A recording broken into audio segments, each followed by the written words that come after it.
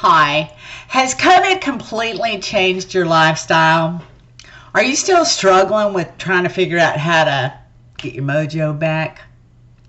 I'm Lisa Weisgerber Harder with Remax Associates, and in this video I'm going to talk about things that I did to get my mojo back. I had quite a struggle through COVID. I'm an extrovert. I love people. I love doing things. And, during COVID, my business completely changed. I'm in real estate, and guess what? The roadmap is just completely different. How we put houses on the market, how many houses get put on the market, how buyers go and look at homes, that completely changed just overnight.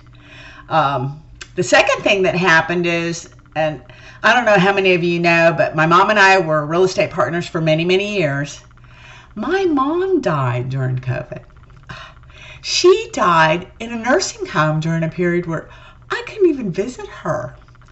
So it was very, very stressful. It took months for us to even have a service for her. And I was sad. And then, things couldn't get worse.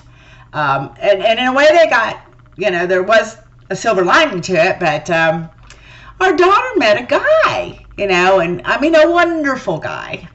I'm so happy for her, but she lives 4 states over now. So all of a sudden I got all these grandkids, and they're too far away for me to pop in and visit. I can't see them like I used to. So I just really started to feel about this big.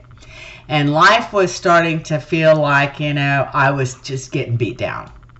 And I realized I had to make a change. I had to change, or I wasn't going to survive, I mean, you can only watch so many episodes of Ozark and Tiger King. I'll tell you the truth, I learned how to make some fantastic cocktails. But that was even depressing me, because I just didn't feel good. So I realized I needed to make some changes, and maybe these are changes that might help you too. One of the first things that I recognized was I had to get back on a schedule.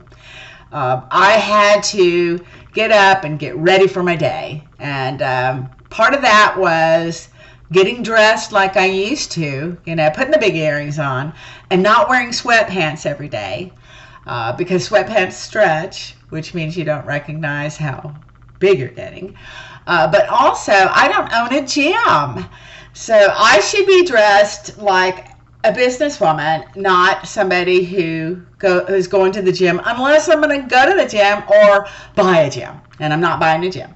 So getting dressed up for me was a really big game changer in how I felt all day. I felt great instead of lousy.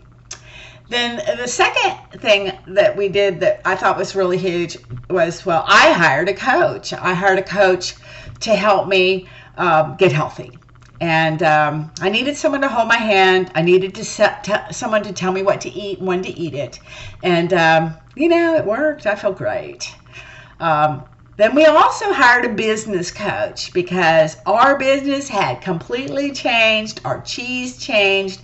And we needed to change too, or we were going to start smelling. So hired that business coach to help us in our business. That was huge.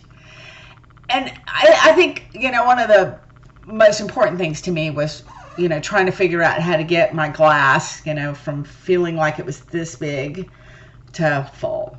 I had been feeling like it was very empty. And David and I actually volunteered for the San Antonio Food Bank. And we passed out food to 1,200 car loads of families one very, very cold morning. And some of those cars, I found out, had been sitting there all night long, waiting for us to put groceries in them. And when I home that day and I opened my pantry and we got lots of food, it was filled. And I opened our refrigerator, the one in the kitchen, it was filled with food. I opened our second refrigerator, and the pantry, or in the laundry room, and it's filled with sodas and beer and wine and champagne. And I realized, my glass was really full. And all this time I'd been like telling myself it was empty.